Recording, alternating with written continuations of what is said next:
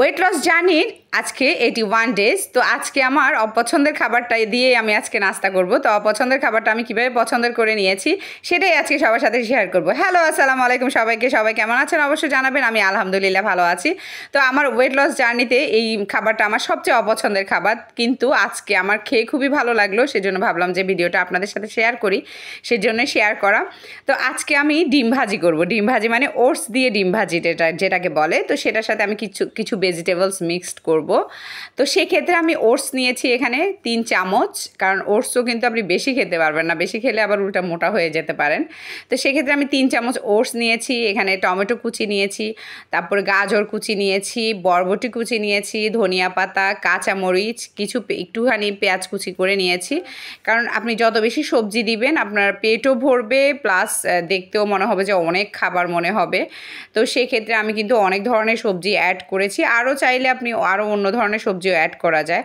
আর oats দিয়ে কিন্তু আমরা বিভিন্ন ধরনের রেসিপি আসলে শেয়ার করি বা বিভিন্ন ধরনের রেসিপি খেতে পারি। সেক্ষেত্রে সবচেয়ে বেশি আপনারা তো জানেন সবচেয়ে বেশি আমি দুধ দিয়ে ওটসটা বেশি পছন্দ করি। আর ওটস খিচুড়িটাও অনেক মজা। তো এটা আসলে বেশি একটা ভালো লাগে না, তারপর আমি আজকে ভাবলাম যে এইভাবে করে দেখি আসলে মজা পাওয়া যায় কি না।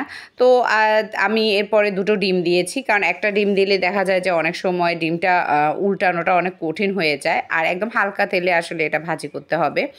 তো দেখতে পাচ্ছেন যে খুবই ভালো করে মেখে নিয়েছি, কারণ খুবই ভালো করে যদি মেখে না নেন তাহলে কিন্তু ছাড়া ছাড়া একটা ভাব আসবে, যখন ভাজি করব তখন কিন্তু এটা কিন্তু খুলে যাওয়ার সম্ভাবনা থাকবে, তখন দেখতেও কিন্তু সুন্দর লাগবে না।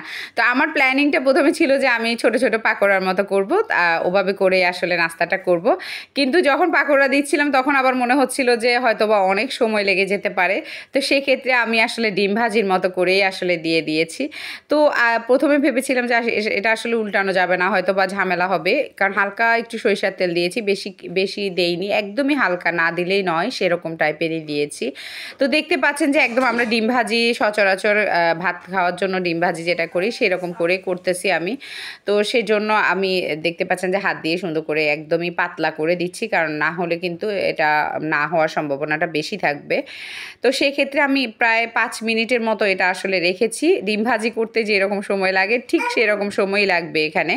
তো সেরকম আমি 5 মিনিট আসলে এটা করে এরপরে আমি কিভাবে উল্টাবো সেটা অনেকক্ষণ ধরে আসলে আমি কড়াইয়ের সামনে দাঁড়িয়ে আসলে চিন্তা করতেছিলাম এটা কিভাবে আসলে উল্টানো যায়। তো আমি আসলে উল্টানোটা আর ভিডিও করতে পারিনি, আমি প্লেটের মধ্যে নিয়ে পরে উল্টিয়ে দিয়েছি। দেখতে পাচ্ছেন খুবই সুন্দর একটা ডিম ভাজি হয়েছে।